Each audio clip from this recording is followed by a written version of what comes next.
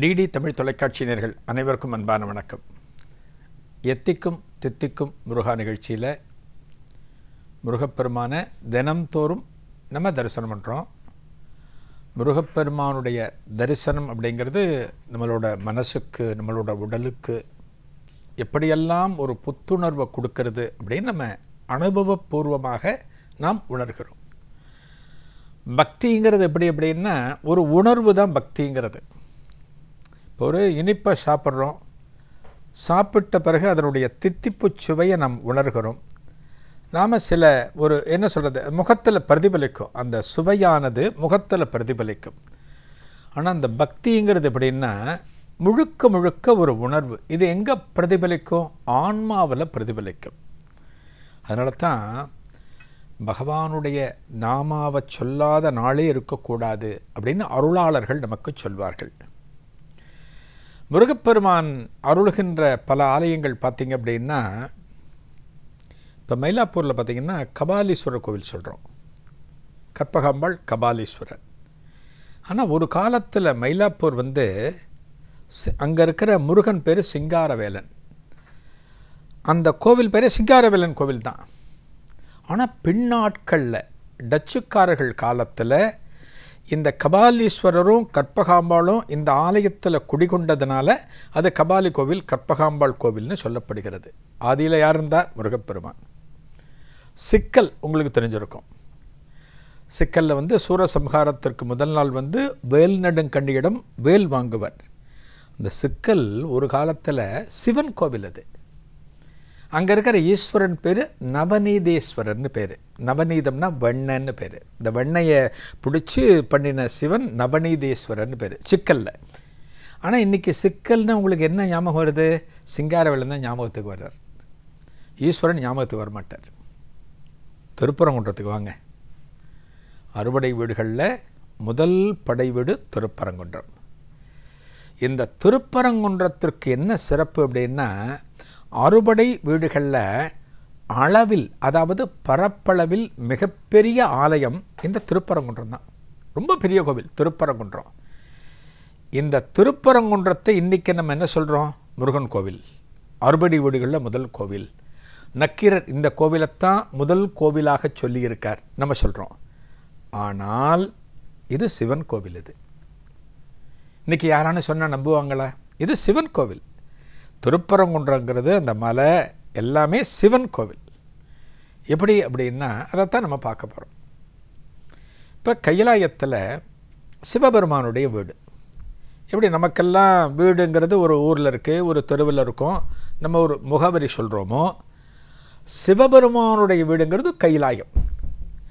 அந்த கைலாயத்தில் ஒரு தடவை சிவபெருமான் பார்வதி தேவிக்கு பிரணவ மந்திரத்தை உபதேசம் பண்ணி அதனுடைய பொருளை சொல்கிறார்.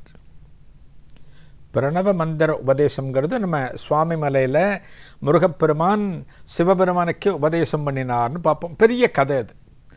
பிரம்மதேவனுக்கு அந்த மந்திரம் மறந்து போய் பிரம்மதேவனை பிடிச்சி சிறையில் அடைச்சி அதை விடுவிக்கிறதுக்காக மகாவிஷ்ணு உட்பட பலரும் ஆள் அனுப்புகிறார்கள் முருகப்பெருமானிடம். முருகன் கேட்க மாட்டேங்கிறான். கடைசியில் சிவபெருமான் பிரம்மதேவனை விடுவிக்க சொல்கிற போது, உனக்கு தெரியுமா பிரணவ மந்திரத்தினுடைய பொருள் அப்படின்னு கேட்டவுடனே சிவனுக்கே இப்போ மறந்து போய்டுறது. அந்த பொருளை சொல்கிற அதுதான் சுவாமி மலைன்னு நம்ம பார்த்துருக்கோம்.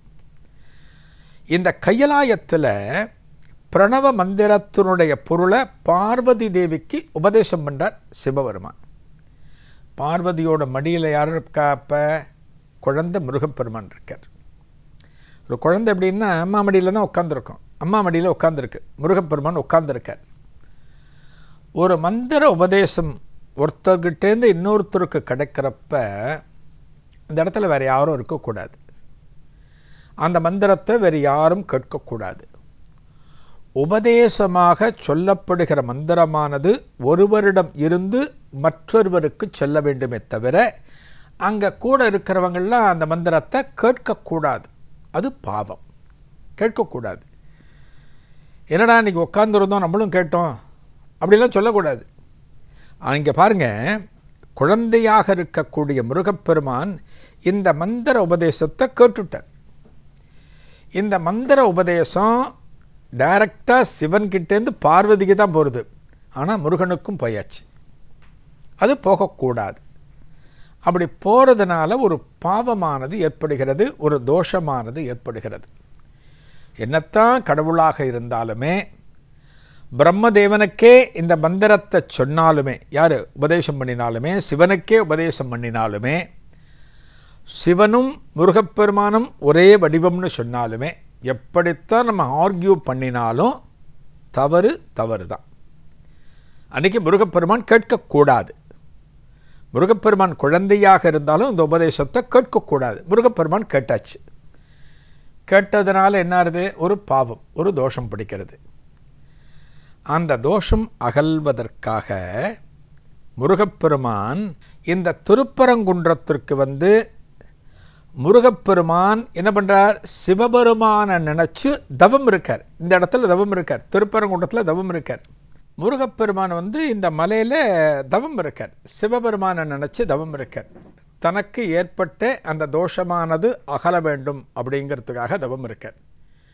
அதாவது இந்த குழந்தை பல காலமாக இந்த மலையில் தவம் இருக்கிறப்ப ஒரு நாள் சிவனும் பார்வதியும் திருக்காட்சி கொடுக்கிறார்கள். திருக்காட்சி கொடுத்து யாருக்கு? முருகப்பெருமானுக்கு திருக்காட்சி கொடுத்து அந்த தோஷம் அகல்கிறது. முருகப்பெருமான் இங்கே தவம் இருந்தார். சிவபெருமானும் பார்வதியும் காட்சி கொடுத்தாங்க. காட்சி கொடுத்த நாள் தைப்பூசம். தைப்பூசத்தன்னைக்கு பார்த்திங்கன்னா எத்தனையோ முருகப்பெருமான் ஆலயங்களில் விசேஷமாக கொண்டாடப்பட்டாலுமே இந்த திருப்பரங்குன்றம் கூடுதல் விசேஷம். எப்படி நம்ம ஆடி கிருத்திகை திருத்தணியில் ரொம்ப விசேஷம்னு சொல்லுவோம். எத்தனையோ முருகன் கோவிலில் ஆடி கிருத்திகை கொண்டாடப்பட்டாலும் திருத்தணி திருத்தலத்தில் இந்த ஆடி கிருத்திகை விசேஷம். ஒவ்வொரு கோவில்லையும் ஒரு விசேஷம் கூடுதல் சிறப்புடன் கொண்டாடப்படும். அதுபோல் இந்த திருப்பரங்குன்றத்தில் பார்த்திங்க அப்படின்னா இந்த தைப்பூசம் 10 நாள் திருவிழாவாக கொண்டாடப்படும். ஏன்னா தைப்பூசத்தன்னைக்கு தான் சிவபெருமான் காட்சி கொடுத்தார். அன்றைய தினம் முருகனுக்கு மட்டுமல்ல சிவபெருமானுக்கும் உகந்த நாளாக இந்த இடத்துல கொண்டாடப்படும். திருப்பரங்குன்றம் இது நம்ம எப்படி பிரித்து பார்க்கணுன்னா, திரு அப்படிங்கிறது ஒரு உயர்வுக்காக சொல்லக்கூடிய வார்த்தை. இப்போ நம்ம யாரோ ஒருத்தருக்கு ஒரு கல்யாண பத்திரிக்கை கொடுக்குறோம், ஒரு இடத்துல நம்ம அவருடைய பேரை குறிப்பிடுறோன்னா பேருக்கு முன்னாடி திரு அப்படின்னு போடுவோம். பரம் அப்படின்னா பரம்பொருள் ஆன சிவபெருமான், அதை குறிக்கக்கூடிய வார்த்தை பரம் அப்படிங்கிறது. குன்றம்னா மலை, குன்றுன்னு அர்த்தம். திரு பரம் குன்றம் அப்படின்னா சிவபெருமான், பரம்பொருளாகிய சிவபெருமான் வீற்றிருக்கக்கூடிய குன்று அப்படின்னு அர்த்தம். இப்போ சொல்லுங்கள், திருப்பரங்குன்றம் சிவன் கோவில முருகன் கோவில? இந்த பேர்படி பார்த்தா நம்ம சிவன் கோவில்னு தான் சொல்லுவோம். ஆனால் பாருங்கள், பின்னாட்களில் முருகப்பெருமான் கோலோச்சி அறுபடை வீடுகளில் பிரதான படை வீடாக, முதல் படை வீடாக இதை கொண்டு வந்தவர் யாருன்னா நக்கீரர்.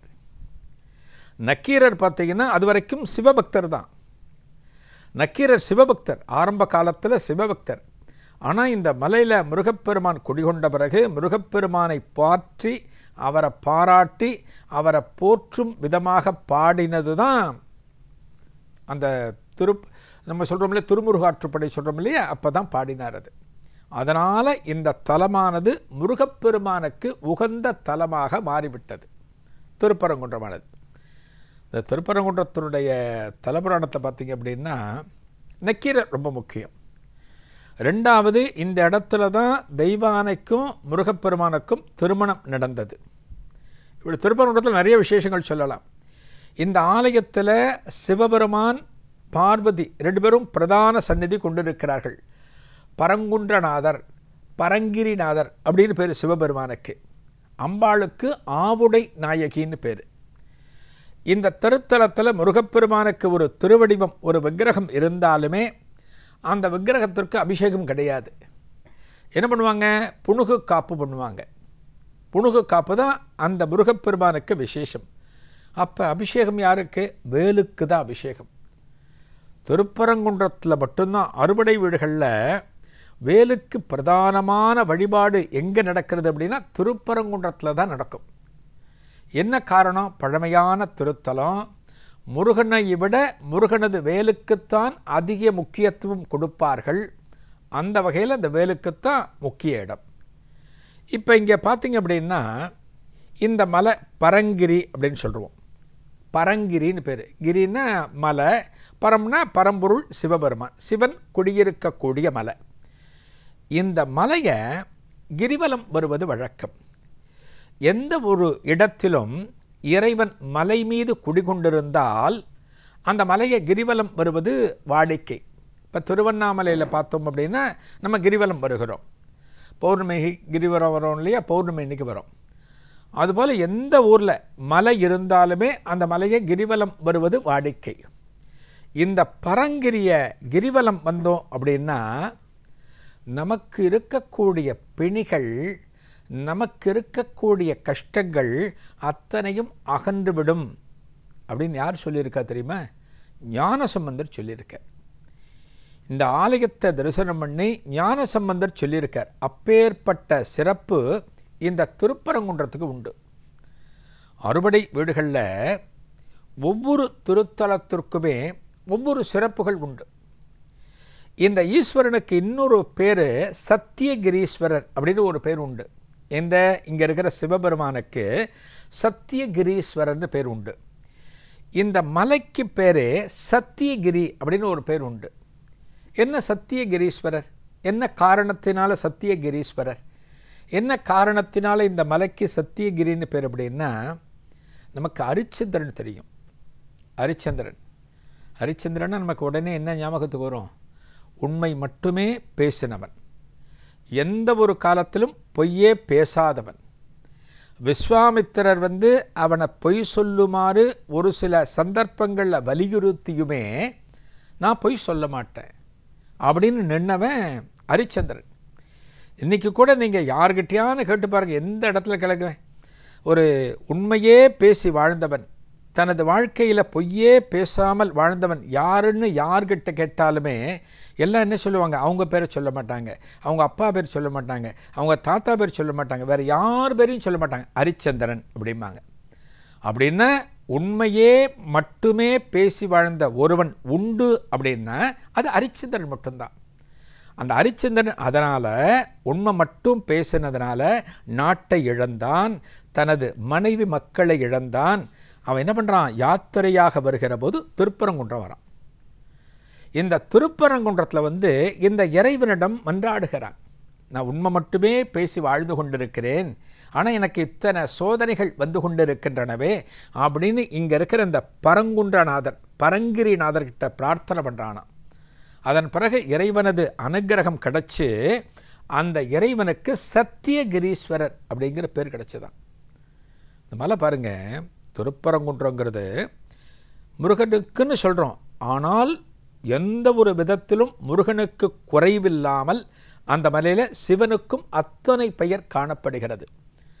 அதுபோல் இந்த மலையை பார்த்திங்கன்னா பரங்கிரி அப்படின்னு சொல்கிறோம்.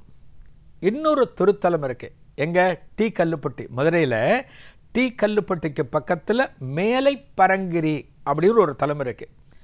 இங்கே திருப்பரங்குன்றம் எப்படி போற்றப்படுகிறதோ அதே போல் சிறப்பு கொண்ட தலம் மேலை பரங்கிரி. நாளைய எத்திக்கும் தித்திக்கும் முருகா நிகழ்ச்சியில் இந்த மேலை பரங்கிரியை தரிசிக்கலாம். நன்றி, வணக்கம்.